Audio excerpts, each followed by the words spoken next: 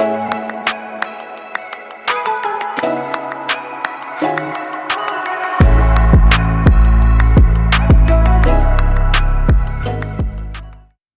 yo, what up, what up, what up, what up, what up?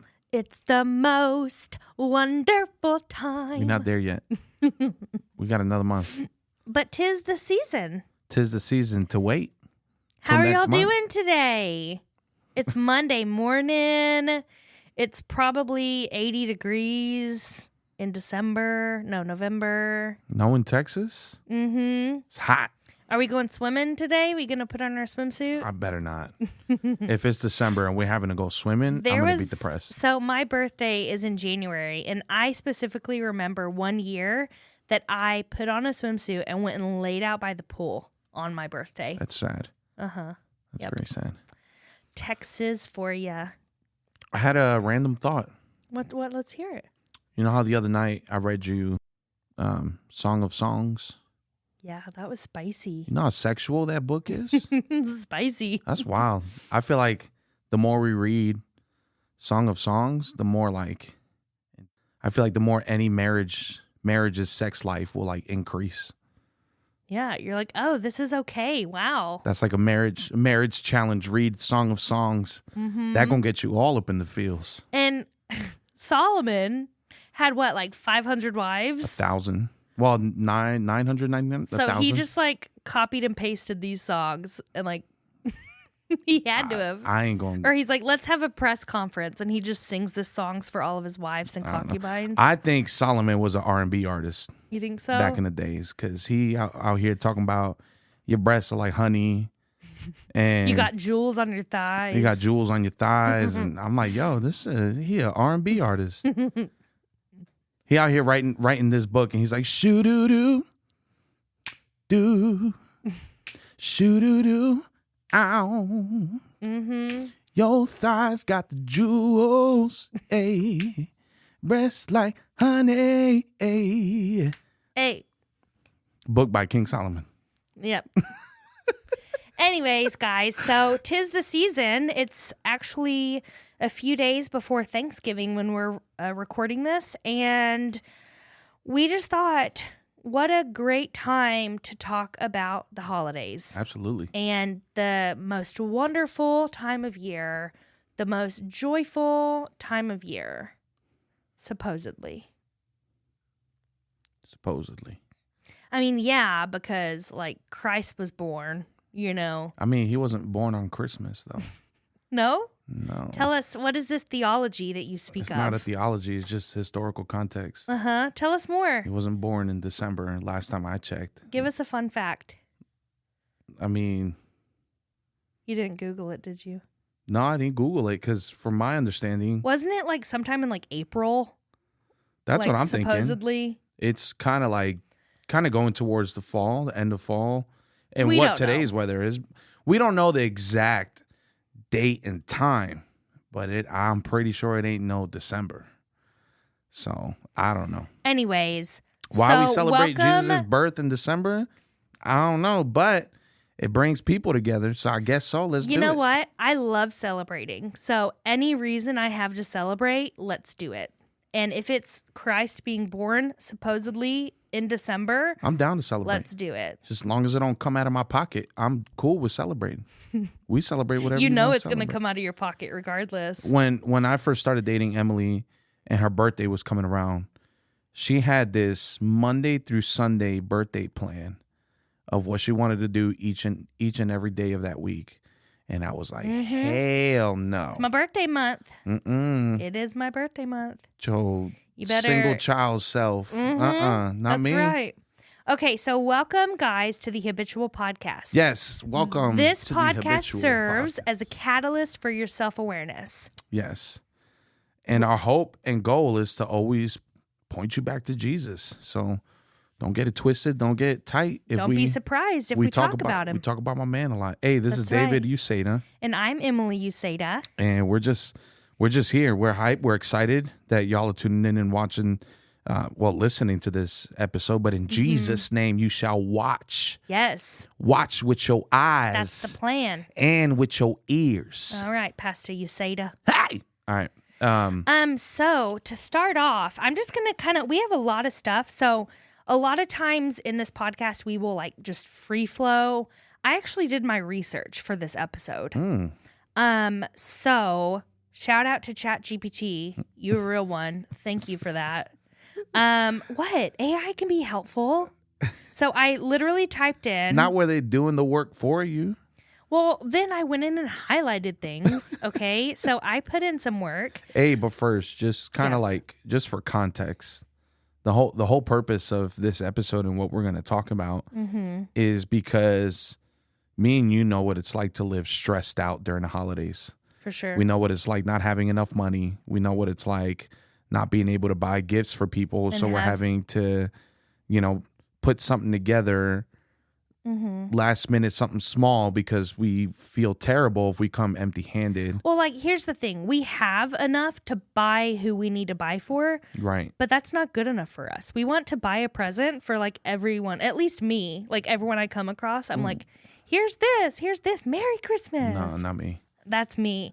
I get 2 people. That's it. You got to earn your spot. That's also an unmet expectation that I have to meet every year. For sure. Yeah. So we're going to kind of talk about like expectations, busyness, mental health is kind of like the overarching theme of just like, where are you at during this holiday season? Like, are you anxious, depressed, stressed? Because not only Christmas, but this time of year, the days are shorter. You're not getting enough sunlight, especially being in Texas. Like, we're used to having, the sun from 6:30 in the morning to 8:30 at night. Right. We don't see those stars at night are big and bright. Deep in the heart of Texas. But so this time of year, daylight is very small. So we're feeling effects of not having that sun. But first off, I'm going to read some statistics. A survey by the American Institute of Stress found that more than 60% of people report feeling stressed during the holidays. I'm in that 60. Yep, me too. So 10 and 20% of people in the United States experience a form of SAD, which is seasonal affective disorder, which is like a mood disorder. So SAD is an acronym. It's not just a word. Well, so it's seasonal affective disorder, and it just so happens that it spells out SAD, aka seasonal depression. I know you've heard people talk about seasonal depression, but it's a thing. And it says, and 5% of individuals have a more severe form, which can be triggered by the shorter daylight hours and less sunlight. Interesting. According to the National Alliance on Mental Illness, depression affects around 17.3 million adults in the U.S. annually. Dang. And they experience a worsening of symptoms around the holidays. So it's not good enough to be stressed out about life, but it gets doubled when the seasons come along. That's wild. That's crazy. Around 1 in 5 people feel lonely during the holiday season. Yeah. Over 25% of adults aged 65 and older experience some form of loneliness, which can be exacerbated during the holiday season when family gatherings and social interactions increase. Which is interesting because you're like around people, but you still feel that loneliness. Yeah. We'll come back to it all. The Anxiety and Depression Association of America notes that anxiety disorders affect approximately 18% of the U.S. population, and these conditions intensify during the holiday season. A study by the Substance Abuse and Mental Health Services Administration shows that alcohol-related emergencies peak during the holiday season, as do issues with substance abuse. National Suicide Prevention Lifeline emphasizes that feelings of hopelessness and despair become more intense during the holidays. Yeah. And then it says positive social connections can help combat feelings of isolation, loneliness, and depression. According to a study by the National Institute of Mental Health, individuals who have a strong social support network are less likely to experience depression and anxiety during stressful times like the holidays. And the statistic that I'm going to end on is this is pretty self-explanatory, but January is often the busiest month for therapists due to people addressing post-holiday burnout and depression. Why is this season wreaking havoc on us? Like, that's wild. You know, it's supposed to be the most wonderful time of year, and it is, you know, but it's also mixed in with a lot of awful stuff. And I think just everything together, it's expectations. Well, I think we tend to focus so much on the materialistic things, right? Gifts. It's what Christmas tends to really be wrapped around, is bringing gifts and making sure that you have gifts, and you play white elephant and all these things involved. There's so much money involved into making the holiday special that I think sometimes we just forget what the holiday is meant for. Right. And we emphasize so much on the materialistic things because that plays such a big role. And I'm a what's it called? From the 5 love languages. What's my thing? My thing with the Quality gifts. time? No, my thing with the gifts is like number 2. Receiving gifts? Receiving gifts. Gift giving? Gift giving. Yeah. Like that's one of my love languages, is receiving gifts. So I love when Emily brings me sneakers. You know? And so I think for me, I think why it stresses me out a lot is because I tend to emphasize so much on the gifts, because that's how I show affection, or that's how I show to you that I care for you, when really that really shouldn't be my drive for wanting to show you that you're special to me on the holidays. You know, and so I think I can speak for myself when I say I get stressed out because I get too wrapped around the materialistic things of what the holidays are. And for me, it's like, I think what stresses me out the most above anything else is I'm so excited that Christmas is here, and I want to do everything. Right. I want to do all the things. I want to celebrate the entire month, every day. And I get let down because I still have daily life to go through. I still have to go to work, you know, sometimes on Christmas Eve, you know, and and directly after Christmas, December 26th, go back to work, you know, and it's sad. I think one of my favorite Christmases with you, though, was a few years ago when, like, months ahead, we planned something. Like, we had it all planned out. That was just last year. No, it wasn't. It was the year before. Oh, really? Uh-huh. Dang. Like, we planned out a concert, and, like, months in advance. We went to see, who was it? Brett Eldridge. Brett Favre? His Brett Eldridge. Glow, not Glow conference, but that's how I know I'm a Christian, because everything's like a conference. It's like, no, it's a concert. So he comes out in these tight pants. It's the most wonderful time of the year. That was a fun show. He had like a full brass section. Everything was like glittery. He was spinning lights. He was spinning around a lamp. It was fun. But yeah, so I think mine is just a lot of like letdown, and it's like I have it pictured in my mind of how I want Christmas to go and how I want people to be. Yeah. You know, I want the Christmas cheer. I want everyone to be happy, and it just is not like that. Yeah. And something else that, and I actually did not look up a statistic for this, which I should have because it's super prevalent, but grief. For some reason, during the holidays, grief is so present. Right. You know, because I think it's a milestone. Like, say you had a loved one that passed away that year. It's like, oh, this is my first Thanksgiving without him or her. This is my first Christmas without him or her. And say that they're in your direct family. They probably had, a duty in that family dynamic when it comes to holidays. Yeah. Different traditions. There's an empty place.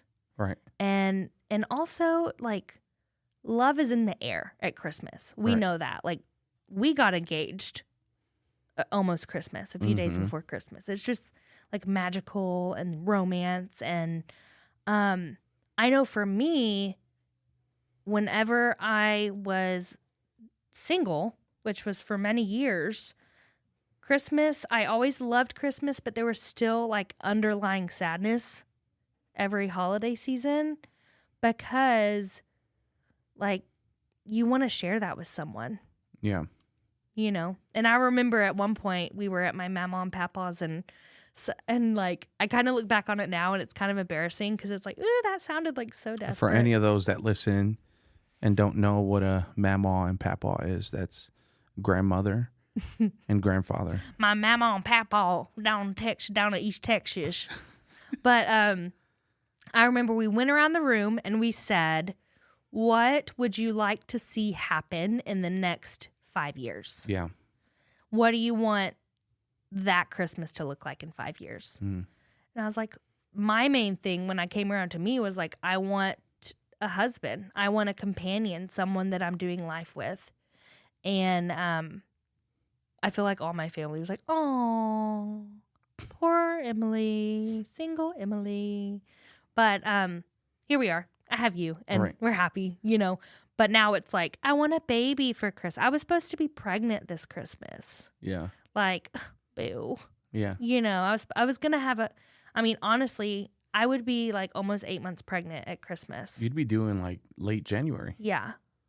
My due date was January 13th. Yeah. So we haven't hit it yet. I might take the day off work, and I don't know how I'm going to navigate that just yet, but I just know I'm going to accept whatever emotion comes. And I think that's something that we need to be open to doing during the holidays is it's okay if it's not just joy. If you feel some of those deeper, more maybe complex or uncomfortable emotions, like still allow yourself to feel them. Yeah, for sure. Like if you need to go drive around and cry and look at Christmas lights, do it. Well, I think too that we always tend to think that if there's a close lost one in our family that we can't celebrate holidays with anymore, I think we tend to have the notion of just not really talking about it. Mm-hmm. And I think that we should talk about it. I think that we should talk about memories and things that we miss about them and how much we miss them.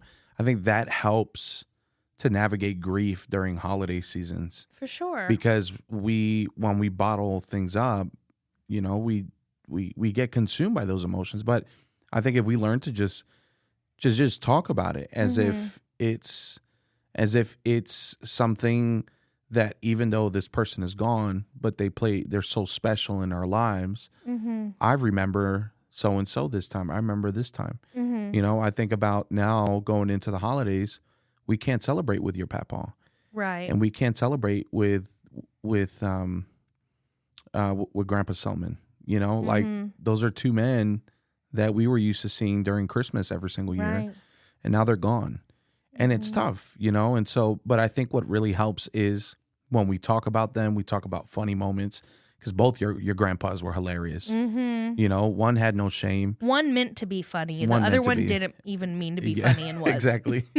And so just kind of being able to talk about them and talk about memories that we have with them can still make the holiday special, even though they're not present with us anymore, but they're present with us in memories. And I think we can still make holidays special if we're grieving by just simply talking about those people and how much we miss them. Yeah. And just like also realizing that grief is love without a place to go. Like that's a saying that I always see. It's just like that feeling of grief is because you loved someone so much. Right. And so grief doesn't just like go away.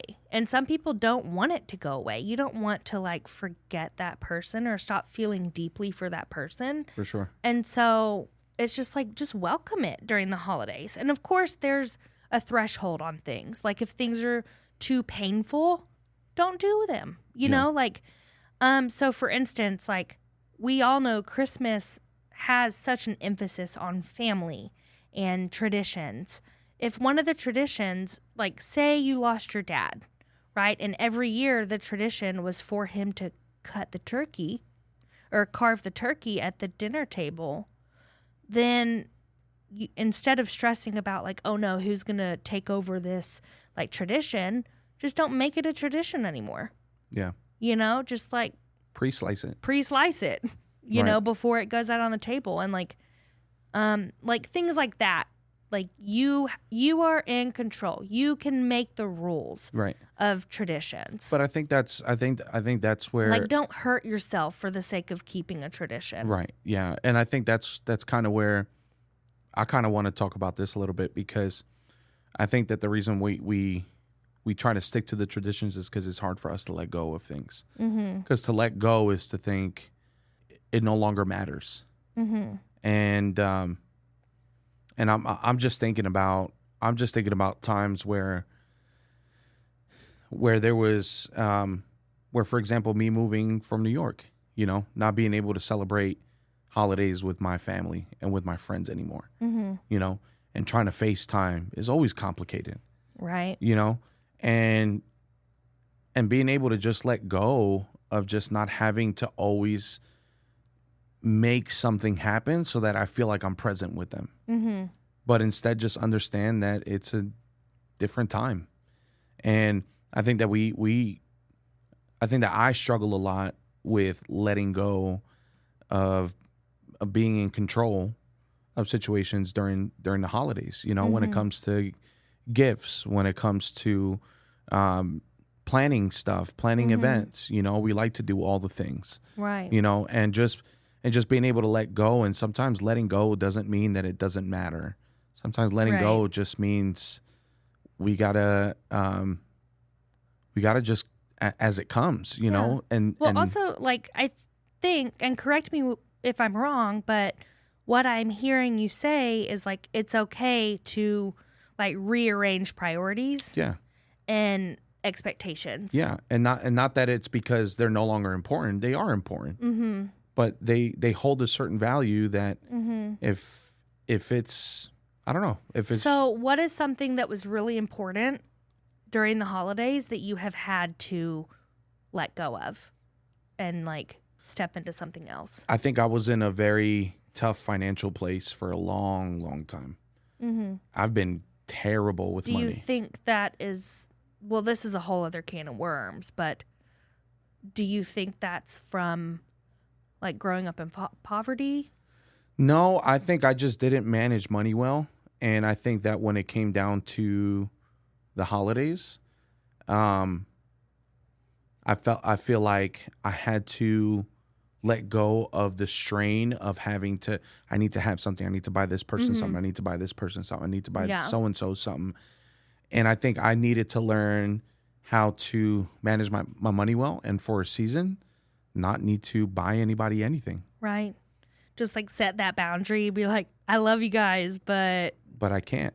Yeah. You know, and that's okay. Yeah. You know? And that's what I'm trying to say with the letting go part.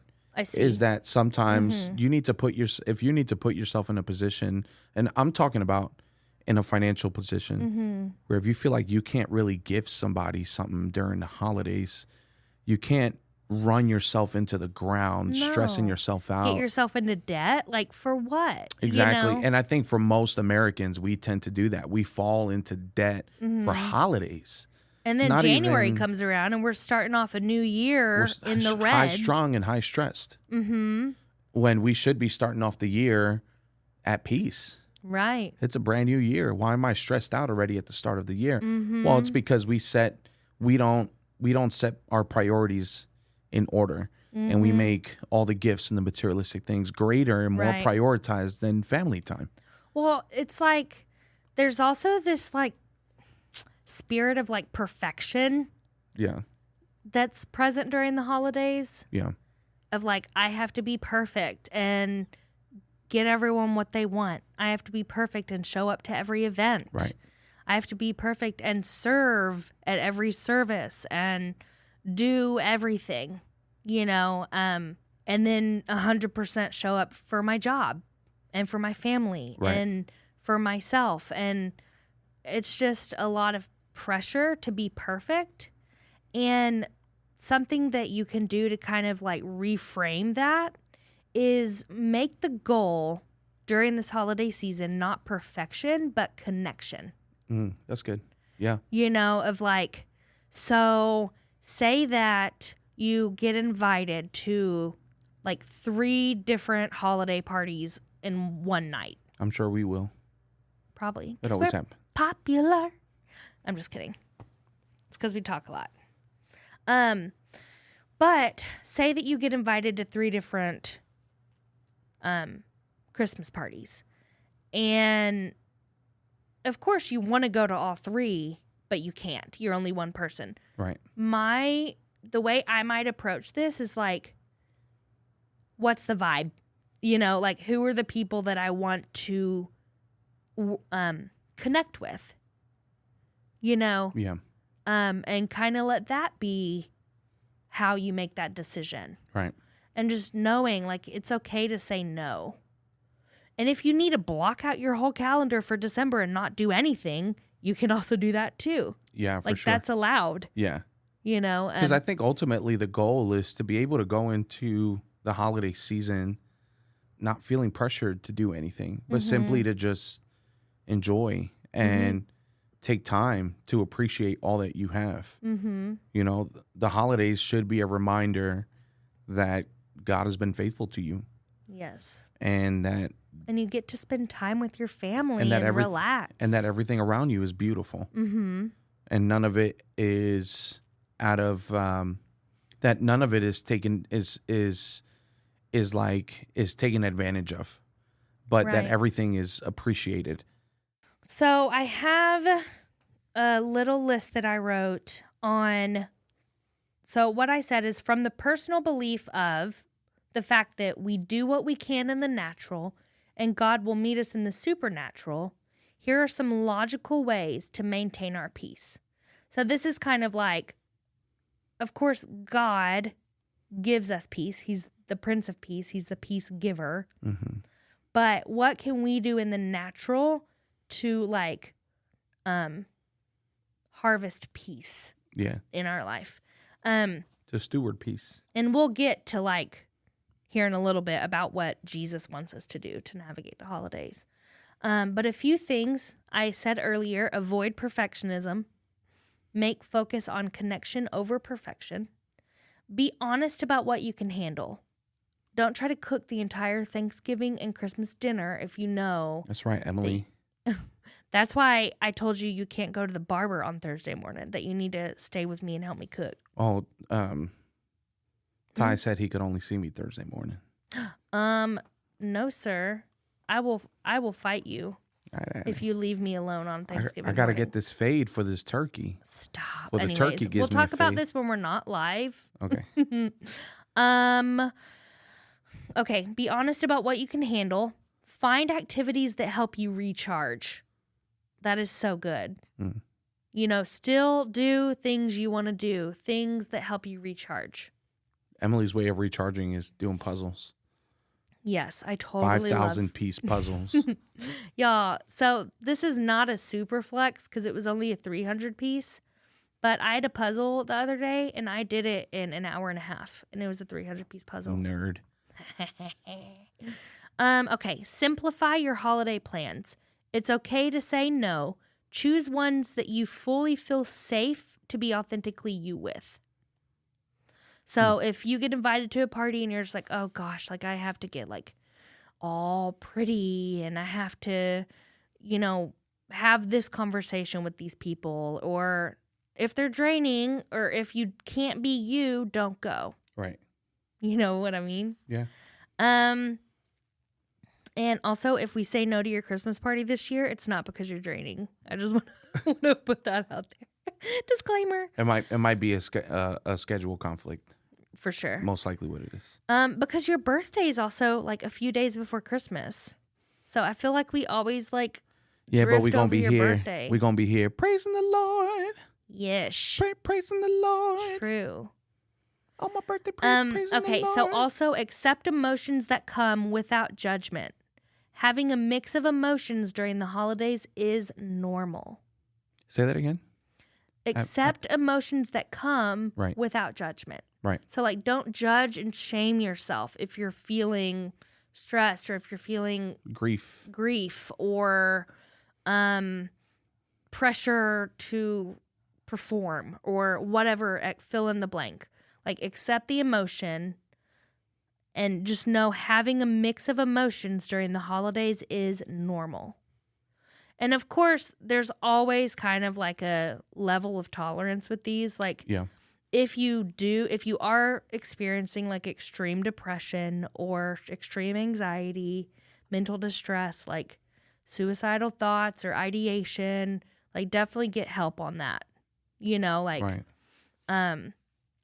Anyways, I just wanted to throw that out there. But yeah, I think it's super important to just be gentle with ourselves, just like we would any other time of the year. Right.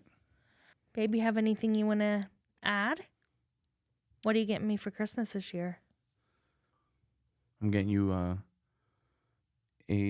what's it called? It's like a hairbrush / blow dryer. You got me that last year for Christmas. Oh yeah, I did.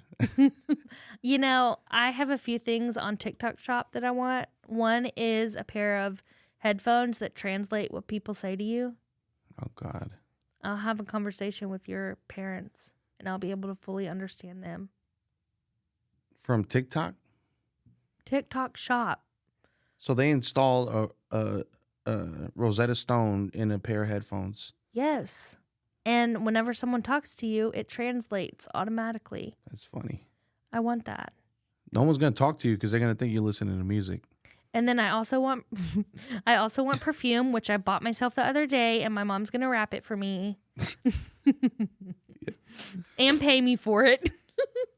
But I like what you talked about, because we don't realize how much of a maze our emotions are when it comes to this time of the year. Mm-hmm.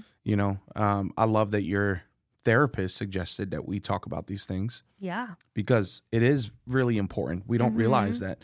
I think we tend to. I think that we tend to wrap. Not that we tend to. I mean, we wrap the holidays around Jesus, right? We take the holidays and we emphasize it for the church. But I think sometimes there's people out there that maybe don't go to church and they're struggling and they're going through something. And I think it's important that we acknowledge that. Yes, be grateful with where you are, but also be sympathetic for people who they probably have a tough time navigating the holidays. And I think the holidays are a perfect example of being able to be salt and light, of just being able to be attentive of people. One of the challenges that the Holy Spirit gave me for this year was to not just know people, but to see people. Yes. And I think that we know a lot of people, but there's a good amount of them that we don't see. Right. And what I mean by see, I mean we don't see their struggles, we don't see their pain, we don't see the things that they What's go in their through. soul, right? And in their mind. And so I think it's important that we learn to be intentional during the holidays, right? To really Especially get to know with people's this stories. statistic about like loneliness. Yeah. Like, where is it? It's 1 in 5 people feel lonely during the holiday season. Right. Like, we have a solution for that. Conversation, connection. Like, if someone has, and that's another thing, like, show up for people. If someone lost a significant person, invite them to your Thanksgiving. Right. Or to your Christmas. Right. Like, who cares? Right. And then some people say, oh gosh, well, I didn't buy a gift for them. I promise, them being able to like be around a family when they're lacking that, it doesn't matter. Right. I mean, of course, if you can get them something last minute, that's great, but that doesn't have to be the emphasis of wanting to invite people, right? The emphasis is for community, right? Is to make them feel that they belong. We have more than enough food over the holidays. Absolutely. Like plenty of mouths can be fed with what we be throwing down, so. And that's our heart when every single time that we record an episode is to be intentional. Our stories, for your story and my story, are to be intentional in reaching people where they're at. Yes. And I think during the holidays, we have lots of people that go through an X amount of stress and worries and concerns. And I think that if we can kind of look back at moments where we've had hard times, I think that that can really catapult us into a position to say, let me just keep an eye out to see if there's somebody that's calling out for help, that's calling out for to be seen. Right. You know, and even if it's just like, hey, you want to go catch a movie? It's $5 Tuesdays. Let's go. Right. You know, right. let's go see this Christmas movie. Yeah. And I'm reminded of that, of the scripture that says that the world will know you by the way that you, that the world will know that you are my disciples by the way that you love one another. That loving one another is seeing each other. Right where you're at and being there present with each other. And I think during the holidays, it's important that we strive towards being present with each other, not be so concerned on spending money here, spending money there, getting this gift and getting that, but being present in every room that we in, be present with every person that we come across and be able to make them make them feel fully seen and heard, you know? Right. And it's just like when these, and don't feel shame if you do feel stress and tension about like material things during Christmas, because the struggle is real. Yeah. But like as followers of Jesus, like we have the ability to like zoom out and look at the eternal perspective of things. You know, like what's going to matter more if you buy presents for everyone and their dog, or if you have meaningful conversations with people. Yeah. Like the connection is going to be what matters more, and not saying this is bad over here, you know, but it's just kind of like prioritize the right things, make it about connection. Ooh, so don't worry about purchasing the gift, but be the gift. I'm going to put a bow on my head and say, Merry Christmas. Right. But being the gift, because we are a gift to the world. Yep. Right. We were and created, every day is a gift. Right. And we were created in the likeness and image of God. And so each human being on this earth is a gift to this earth. And so I think the qualities that we have, the personality that we have, like who we are as human beings, individual human beings, God has put something uniquely in us. And so why not be the gift to the people around us? Right? Yeah.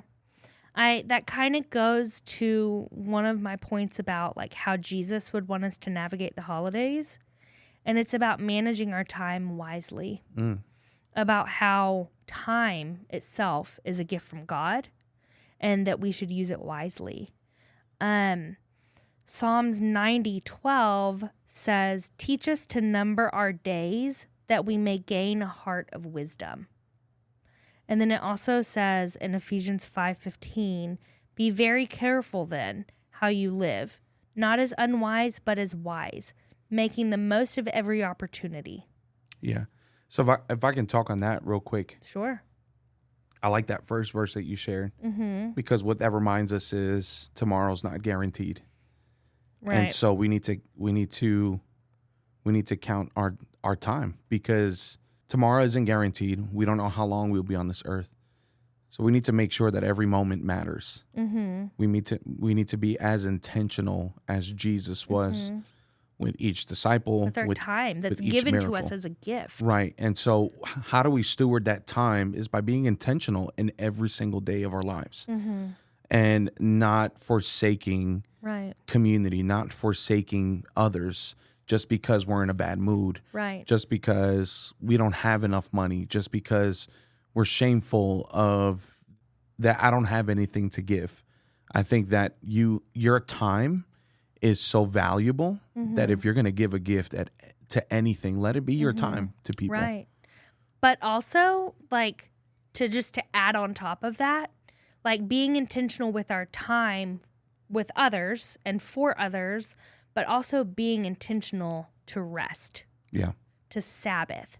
Like, so, and a lot of people forget resting and having a Sabbath day is a commandment from God. Right. It says in Exodus 20, "Remember the Sabbath day to keep it holy. 6 days you shall labor and do all your work, but the seventh day is a Sabbath to the Lord your God." And so, like, that's a blueprint. It says the Sabbath, a day of rest, was established not just for the body, but for the soul, offering a time to pause and reflect on God's goodness. Jesus' invitation to rest in the New Testament invites those who were burdened to come to him, especially during busy seasons when stress and exhaustion can mount on top of each other. Yeah. And it says, "Come to me, all you who are weary and burdened, and I will give you rest. Take my yoke upon you and learn from me, for I am gentle and humble in heart, and you will find rest for your souls." It says, this passage reminds believers that true rest comes not only from physical relaxation, but also from surrendering our burdens to Christ. We can literally rest during this holiday season if we surrender all of our burdens and desires to Christ. Yeah. You know, and it might look like this: Lord, you know my heart. You know that I want to give to everyone and their dog this year. And I'm feeling really disappointed that I know that I can't. Right. Help me to carry this burden. Help me to take your yoke upon me. Help me to feel light. You know, just declare, like, I have the joy of the Lord in my heart. Right. You know, the fullness of joy lives inside of me because his spirit is in me. Right. You know, and so I think that is a big deal. It is. And it's crazy because, like, the holidays, you know, that's kind of how it's, like, marketed. Yeah. Of, like, a time to rest with your family. Yeah. And I promise I'm not sexist, and thank God we don't have crazy gender roles in our home, but a lot of the burden in the home for, like, food-wise and maintaining and decorating falls on the woman. You know, more so, like, financially probably falls on the man of, like, how am I going to buy gifts for all these little kids? You put in the work to make all these kids happen, so that's on you to figure out. That's right, sir.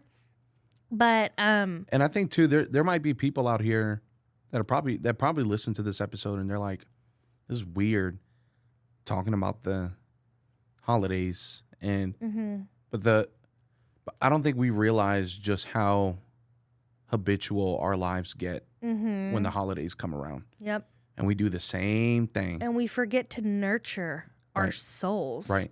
You know, in our spiritual life. Right. And just like we've said all the time, whenever your soul gets hungry, it gets loud. But when your spirit gets hungry, it gets really quiet. Yeah. You know, and so you can go months without realizing that you have not fed your spirit. Right. You haven't read the word. You haven't spent time with God. You know, you haven't just had an honest prayer. Yeah.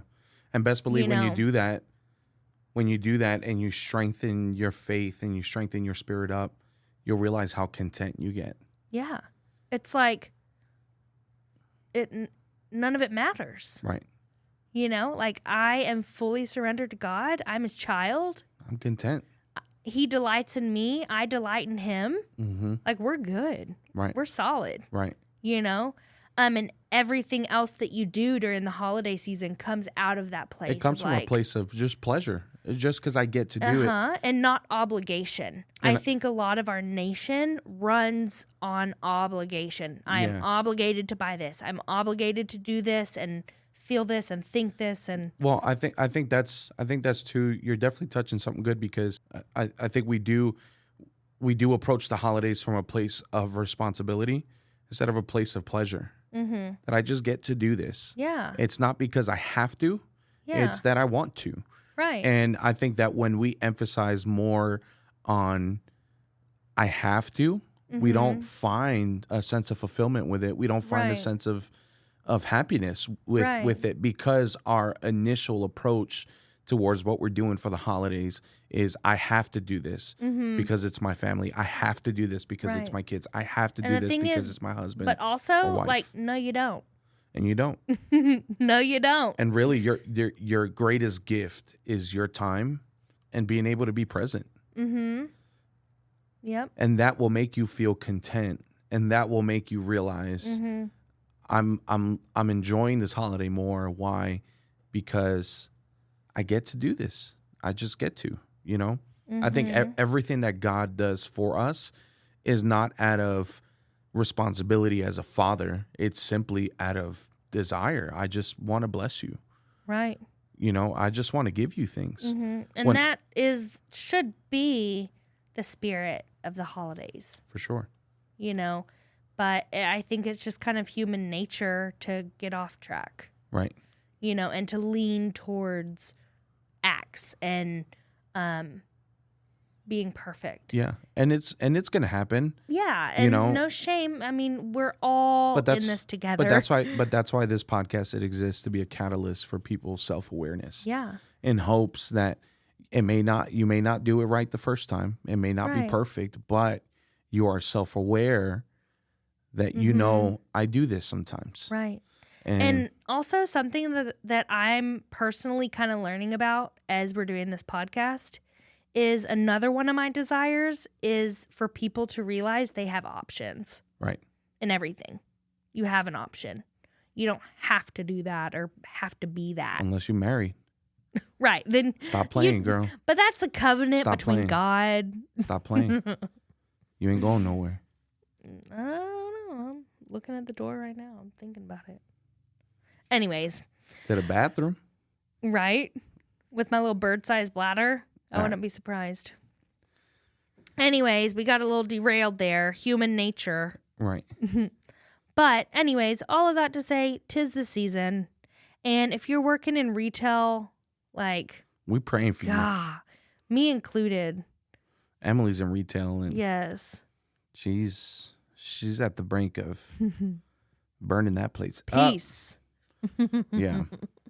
We praying for y'all people in retail. Mm-hmm. We love y'all. Yes. What do we do if we know that someone in our life is really struggling? How do we show up for them and not try to fix it?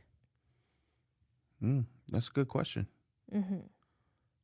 That's a good question. I think we talked about this a few episodes ago, just like sitting with people, Mm-hmm. you know, like if there is, you know, and something that it says in the word is like one of our actual obligations is to care for widows and orphans. You know, if you know someone that like lost their spouse, like go sit with them. Say, hey, I baked some cookies. Yeah. Or, you know, just And not being judgmental, right. but just simply hearing them and whatever they have to say, and know that even if it's something that you don't want to hear, Mm-hmm. it's not your responsibility to change them, Right. but to just be present with them. But like also, here's another question too. How do you like respond to like major Grinches? Like, cause I know working in retail, I always come across people that are like, this is awful. This is the worst time. Everyone gets so stupid and Yeah. people drive crazy and stores are packed and I just hate this. I always combat it with one statement. It's interesting that you say that. That's how I navigate angry people. But then they're going to want to tell you more. Well, I think when we're navigating conversations with people like that, it's to kind of create that middle ground. Mm-hmm. So anytime I have a conversation with somebody who's angry like that, right? If I'm dealing with a customer who's really upset and they're talking crap about the company, for example, I'll say, you know, it's interesting that you say that because you're definitely not alone. I know there's some people that feel the same way, and unfortunately, it just sucks that sometimes we don't get the things that we needed or the things that we want within the timely manner that we need them in. But I definitely know as an employee, I definitely know we're trying the best that we can. And there's some stuff on back order, and you just got to be patient with us. That tends to kind of help ease that tension, that anger that the person has, because At least at work. at least in the environment that me and that customer would be in that moment, of just learning how to deflate the situation, you know, and I had something I wanted to add. Just everyone kind of knows that personality I'm explaining, right? Like the Grinch, you know, where you can just tell they're just not happy. The ones that got a black belt and Karen. Yeah.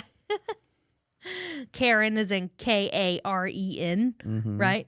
I think this is an area that we as believers, at least, are able to like zoom out and once again look at the eternal view. Yeah. And have the eyes and the ears to like sense what's really going on. Yeah.